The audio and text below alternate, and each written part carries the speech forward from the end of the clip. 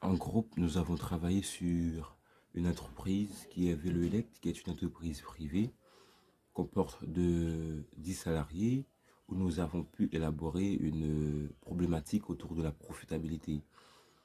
Par définition, la profitabilité, c'est la capacité d'une entreprise à générer des profits. Outre, la profitabilité est un indicateur financier qui permet de mesurer la capacité financière d'une entreprise.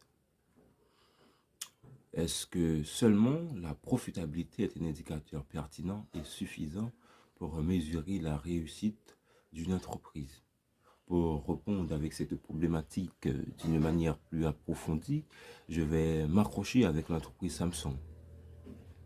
Samsung, qui est un groupe coréen dont le siège social est à Séoul, la société est mondialement connue et marque sa présence sur de nombreux marchés tels que l'électroménager ou la téléphonie mobile. Elle comporte de nombreuses filiales et travaille avec près de 500 000 personnes dans le monde. Pour répondre avec cette question, je vais d'abord relever l'importance de la profitabilité dans l'entreprise. Ensuite, je vais voir les limites de la profitabilité par rapport à l'entreprise. Et pour finir, je vais expliquer pourquoi la profitabilité ne suffit pas à mesurer la réussite d'une entreprise.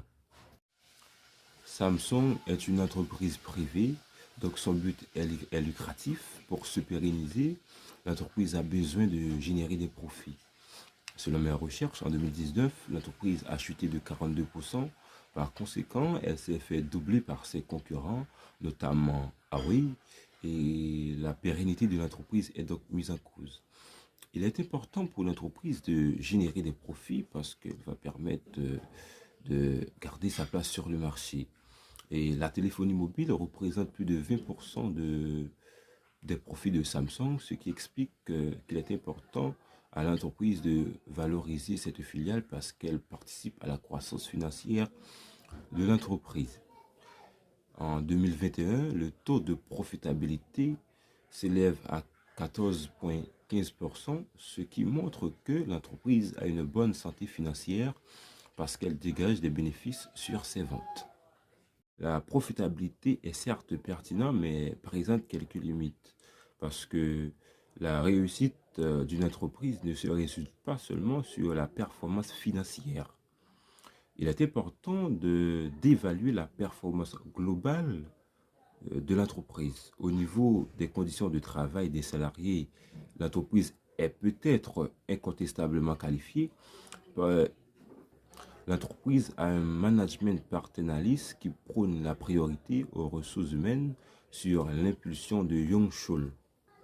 Les salariés sont payés soit 12 euros au-dessous du SMIC et aussi les matériels qui sont à la disposition des salariés leur permettent d'être plus performants. Au niveau de la performance financière, j'ai pu conclure qu'il y a beaucoup de positivité. En fonction des différents documents que j'avais à ma disposition, j'ai pu calculer le taux de profitabilité en 2020 qui s'élève à 12,15%. J'ai également effectué des calculs des autres indicateurs qui prouvent que l'entreprise a réussi. Par conséquent, cela prouve que ces indicateurs-là est vraiment important lorsqu'on va évaluer la réussite d'une entreprise.